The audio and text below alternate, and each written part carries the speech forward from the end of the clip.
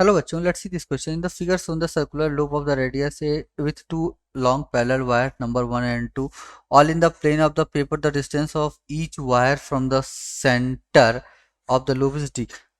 The loop and the wire are carrying the same current I. The current in the loop is shown in the figure.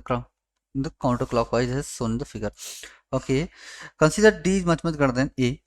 D is much greater than A, and the loop is rotated about its diameter parallel to the wire by 30 degree. Hmm. Parallel to the wire by 30 degree position from the position shown in the figure. ठीक है, if the current in the wire are in opposite direction, the torque on the loop at the new position will be the torque on the loop at its new position will be, assume that net field due to the wire is constant over the this. तो says that we can, पहले तो यहाँ पे हम देखेंगे क्या, basically पहले हम देखेंगे कि magnetic field due to wires इस डी पॉइंट पे क्या होता है। तो मैग्नेटिक फील्ड दोनों वायर्स क्या हैं, आइडेंटिकल हैं, है ना, करंट क्या है, ठीक है।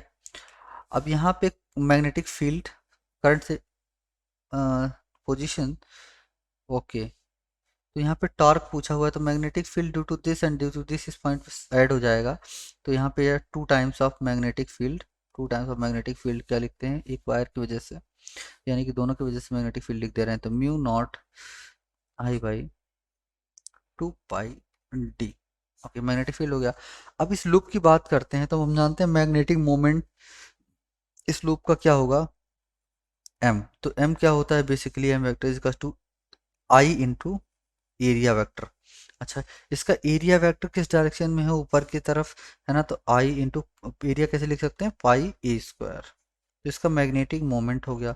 अच्छा, और हम जानते हैं कि टाउ टॉर्क लिखते हैं किसी भी उस पे, टॉर्क किसी भी उस पे लिखते हैं तो क्या लिखते हैं, टॉर्क किसी भी करंट कैरिंग लूप पे इन मैग्नेटिक फील्ड लिखते हैं, तो उसका फॉर्मूला क्या होता है, एम क्रॉस बी। ठीक है, तो एम क्रॉस बी, तो इसको ऐसे भी लिख सकते हैं ना कि एम बी साइन थीटा,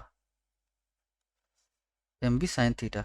अच्छा, अब इसका जो पोजीशन है वो कह रहे हैं कि वो 30, है ना, वायर पैरेलल वायर की वो डायमीटर क्या है, 30 डिग्री का एंगल बना रहा है, कुछ ऐसा 30 डिग्री का एंगल इसका डायमीटर वायर के साथ, तो वही वो थीटा एंगल हो जाएगा। तो बेसिकली अपन लोग क्या करते हैं, यहाँ पे यम यम कितना है, आई इंटू, ये टॉर्क लिखने के लिए क्या लिखते हैं, एम क्रॉस बी, यानी कि एम कितना है, आई इंटू पाई ए स्क्वायर।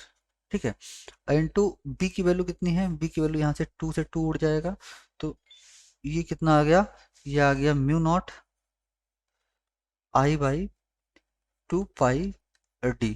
तो फिर यहाँ से डी कैंसिल, सॉरी, पाई से पाई कैंसिल, और यहाँ से क्या हो जाएगा, ये बेसिकली यहाँ पे अगर इसको ऊपर लिखा जाए तो यहाँ पे ये टाउ का जो फॉर्म, टाउ का जो एक्सप्रेशन आता है वो आता है यहाँ से आई आई आई स्क्वायर हो गया, यानी कि म्यू नॉट क्या, I square a square upon 2 d. This is the this is the this is the what, this is the final expression of the torque which is matching with the option B. So B is the correct option. Best of luck.